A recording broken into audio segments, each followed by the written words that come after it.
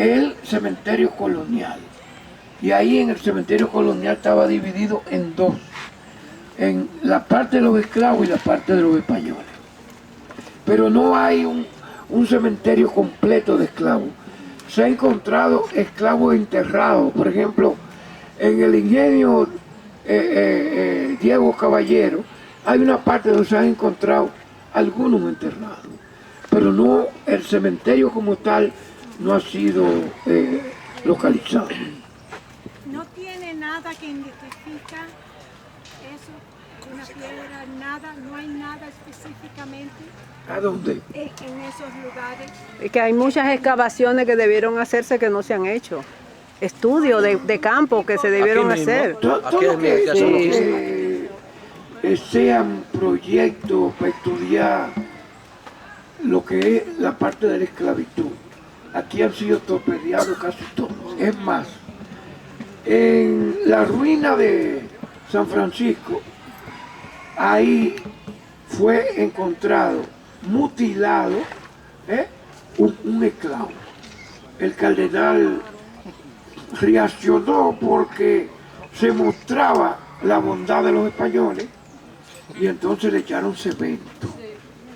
En el ingenio Diego Caballero se encontraron unas huellas de pies de esclavos donde estaban dedos mutilados. Parte del castigo de los españoles era que cuando se iba un esclavo al cimarronaje y lo agarraban, le cortaban un dedo, dos dedos. Si lo agarraban la segunda vez, le cortaban el pie. Entonces, ese proyecto también le quitaron los fondos para que no se profundizara más sobre ese proceso. Aquí, por ejemplo, aquí faltan muchas excavaciones, pero para eso no dan fondos. Igual que los otros ingenios. En el de Boca de Nigua vamos a encontrar el lugar donde se hacía el azúcar, pero el lugar de los señores y el lugar de los esclavos no se sabe dónde están. Propietarios cogieron tractor y rompieron todas esas máquinas con el visto bueno de las autoridades. ¿Finalizamos o hay alguna otra pregunta? Tiene una pregunta. Tengo una pregunta. ¿Qué tipo de resistencia hubo aquí por parte de los esclavos o simplemente escaparon? No, simplemente los que pudieron, incluso poco, escaparon. No hubo resistencia. La resistencia más importante es en el de Boca de Nigua, al que nosotros vayamos, donde sí hubo una rebelión, donde los esclavos tomaron el ingenio con una propuesta liberadora. Mauricio. Maestro, cuando usted mencionó la parte, o sea, una supuesta construcción que debía de estar por aquí, que parece que no están los restos, de lo que debería o lo que fue una enfermería, que era vital, crucial para alargar el proceso productivo, o sea, la vida útil de esos esclavos. Me vino a la mente una pregunta donde he oído unos historiadores que tienen una versión, otros tienen otra. Y es, no es de eso, es acerca de la alimentación. Unos dicen que los maltrataban y no los alimentaban. Ahora, yo pienso que no, que para también alargar la vida útil de esos esclavos debían de alimentarlos, porque si no los alimentaban a base de palo y sin comida, se morían. Yo me imagino, una deducción, que a los esclavos había que alimentarlos, por lo menos con alguna ración balanceada. Tu lógica es racional y correcta, pero no era la lógica de los esclavizadores, porque quienes se daban un golpe, quienes necesitaban enfermería, eran pocos, pero los que comían eran muchos, y entonces tenían que gastar demasiado dinero para ellos. Entonces, todos los estudios que se han hecho, por ejemplo, de los huesos que han encontrado, de las cosas que han encontrado, esa parte de falta de alimentación. O deficiencias alimenticias, sí, nutricionales. Sí. Si me permiten, agrego algo ahí y me perdonan. que estoy participando mucho, la manera de comer. Veamos Villamella, veamos Mano Guayabo, los sancochos que hacemos de pata de vaca, los paticas de cerdo, la víscera del cerdo, todo eso está relacionado con que lo que le dejaban para comer era lo que ellos ya no comían. El chicharrón, todo eso viene de esa cultura. Leí en algún libro los jacobinos negros, donde hay un documento donde el rey demandaba que no solo le dieran arenques, sino que también a la semana le incluyeran carne. Ya cuando ellos estaban como más buenos, como con un momento que se estaba mejorando el asunto, para que le dieran, en vez de arenque, carne. Entonces digo, coño, pero de aquí viene la tradición de que en los poblados negros, las poblaciones negras, les gusta tanto comer arenque, que esa vaina viene en la psiqui ya. Sí, pero normalmente lo que ordena,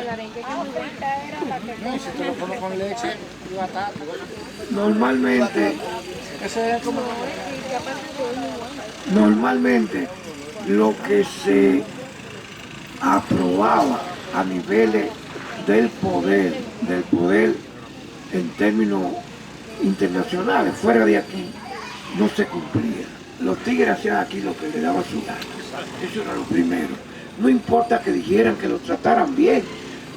Cada vez que la reina decía, mi vasallo, que lo traten bien, y le daban una patada. Eso es lo primero. Lo segundo es que una cosa son cuando los negros comienzan a liberarse o cuando los negros entran en el acto ganadero. El acto ganadero es totalmente diferente en las relaciones familiares con los niveles de esclavitud. Aquí trabajaban 16 horas como nada. Entonces, cuando comienza ese proceso que tú estás diciendo muy interesante, porque de ahí es que viene el sancocho, de ahí es que viene el mangú, de ahí es que viene todo ese proceso, que es una expresión a nivel de los esclavos, pero es en otro sistema a nivel económico, que no es el ingenio. Ok. María, ¿usted me puede repetir, por favor, o puede repetir el nombre del dueño originario de esto aquí? Dijo que era Francisco. Francisco Vázquez de Mella. De Mella. A ti como que te mandó un profesor para acá, yo puse ¿verdad? de Moya. Yo sabía que había algo malo. De Mella. Y que Vamos arriba, maestro. de los Trujillos. ¿Te quiere hacer una pregunta? Él quiere decir algo. Él está. Hay que darle un poco de agua, Así como Por favor, se sírvanle un apoderó, poquito de agua, eso Dago. no viene de los Trujillos, se apoderó de la finca, no de él. Pero en la finca estaba esto. El señor quiere decir Una algo. finca de negro Trujillo. Eso que yo quería oír. Yo soy artesano Negro Trujillo. y nosotros hacemos excavaciones, concretamente cuando el ingenio de Boca Chica fue destruido por el ciclón Yolo, se le dio a la población y la población, ahí debajo de las excavaciones se encontraron muchos restos, tantos cadáveres se encontraron con piezas taínas y muchos no. Y ustedes saben que, como se dice que la gente dice que no se le da tanto auge a los negros esclavos para buscar las excavaciones. Acércate, por favor, que es muy interesante lo que tú estás diciendo. Yo te sugeriría que lo iniciara. ¿Ustedes encontraron cuando excavaron? Mira, yo soy artesano, hago muñecos de piedra. Los que están ahí de los Benji, Fábrica Benji. yo soy un descendiente de él. Y nosotros tenemos, viendo, encontrando en las cuevas, y en donde hacemos excavaciones, cerca de la playa y donde hay terreno plano de barro, se encuentran cadáveres, que hay muchos que no encontramos, que no tienen piezas, pero como los negros esclavos, nunca el país le ha dado tanto auge como a los taínos. Siempre que está buscando un cadáver que tenga piezas, sea olla, semí, porque tú sabes que eso es lo que se busca. Pero en Boca Chica se hizo una excavación por el pueblo. Ellos, los del pueblo, comenzaron a hollar para sacar los hierros del ingenio.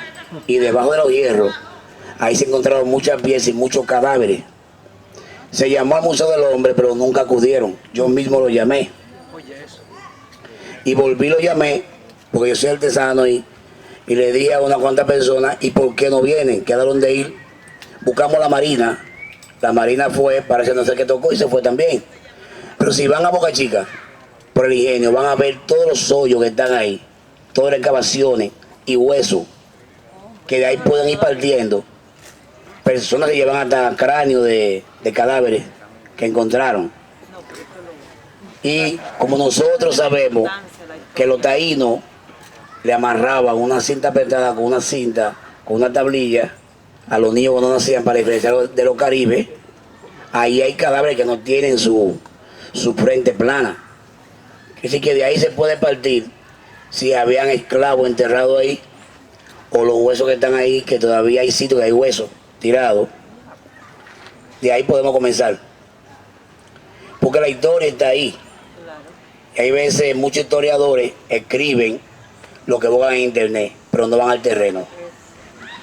Deben de ir al terreno. Yo veo muchos libros, ciertamente yo soy de los descendientes de Benji, los que enterraban la pieza en la cueva para engañar a los grandes teólogos. Acelerar el proceso. ¿Por qué? Porque nunca ha visto tanta gente bruto. Ha visto que se creen demasiado sabios. Entonces, de ahí se parte de que la esclavitud siempre ha sido un cronograma sin nadie querer encontrarlo, porque no hay beneficio mucho para el pueblo. Wow.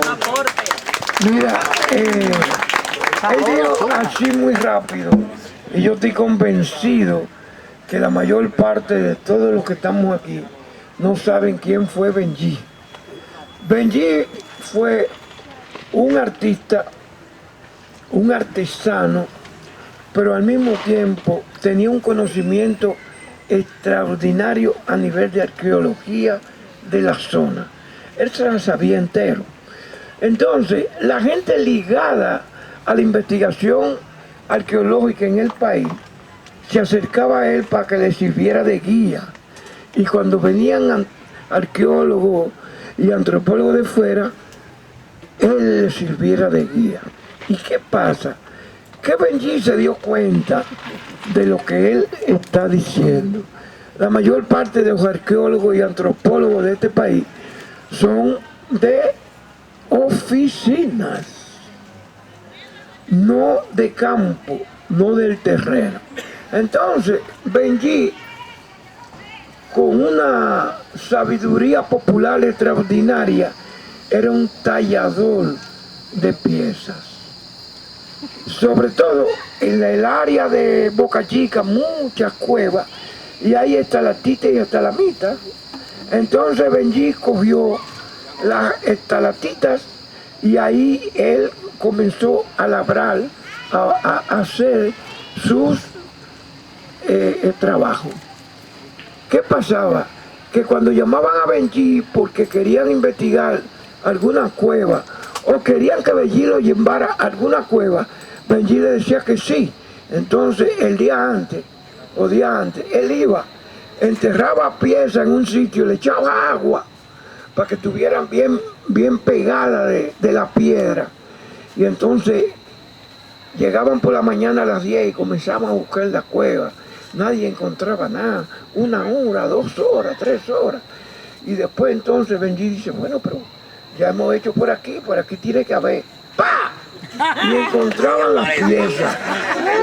Esos tigres cogían esas piezas y las llevaban así. Ni a una mujer le tenían tanto cariño como esas piezas. Entonces, muchos de ellos, para estar seguros y sabios, mandaban los pedazos de piedra o la pieza afuera para que le hicieran la prueba del carbón 14. Y entonces, exactamente, las piedras eran de esa época. Daban la fecha. Entonces dijeron, coño, estamos ante una nueva civilización, ante una nueva cultura. Y se armó entre los intelectuales de aquí una carrera para comprar todas esas piezas. Habían gente, yo me acuerdo, un rector de la universidad llamado Castaño Espallá. tenía los almenteros, toda la familia pudiente de aquí. Manolito. El que más tenía no era ellos. Lo que más tenía era la gente de la Fundación Dominicana de Desarrollo. Bueno, el asunto es que gente como el rector tenían una habitación entera. Tenían una habitación entera con aire acondicionado. Cuando te invitaban a cenar, como para estrujarte en la cara y decir, coño, pero esta gente se interesan por la cultura del país, abrían la habitación y te mostraban todos los estantes que tenían con todas las piezas. Y eso duró mucho tiempo. Había un director del Museo del Hombre, Caro Álvarez, que fue el que descubrió la cosa. ¿Cómo la descubrió Caro Álvarez? Porque iban mucha gente, coño, a venderle maletas de baño. Él decía, pero no puede haber tanta. Y le dijo a uno de los vendedores, oye, yo tengo una vaina aquí, porque me trajeron una pieza y yo no tenía cuarto para comprarla. Y la pieza era así. A los 2 días estaba el tío de este llevándole la pieza. Entonces dijeron, no, espérate, no puede haber esa coincidencia que en 2 días encontraran quién trajo esta pieza. Y entonces lo siguieron y ahí tenían unos talleres inmensos que hoy cuando uno pasa por la autopista ve ahí todas las tallas. Yo siempre tuve, a mí también me pasearon. Yo me acuerdo un día que yo tenía unos cuartos para comprar una vaina. Y encontré un tipo vendiendo piezas, pero clandestinas. Era calladito y toma los cuartos y vete. Y entonces yo, coño, entro y digo, ¿qué? No, son algunas, pero quedan algunas. Ah, no, démela a mí. Y yo llegué a casa eufórico, convencido de que así era. Tirsa, mira pero lo que encontré. Aquí hubo arqueólogos que publicaron libros. Marcio Velón Mañolo escribió un libro. Y cuando eso se descubre, comenzaron a recoger los libros de toda clase. Morvan Lauser tenía también la cultura de los paredones, se llamaba. La cultura de los paredones. ¿Cuál es la enseñanza de eso? Gente que no eran ilustrados, que no habían ido a la universidad, engañaron a los que tenían todo el conocimiento, a los que se suponía que sabían más y que lo sabían todo. Por eso yo todavía tengo muchas piezas de esas. Claro, porque fue un testimonio de la capacidad creativa del pueblo, burlándose de los farsantes. Bueno, vámonos para los ingenios.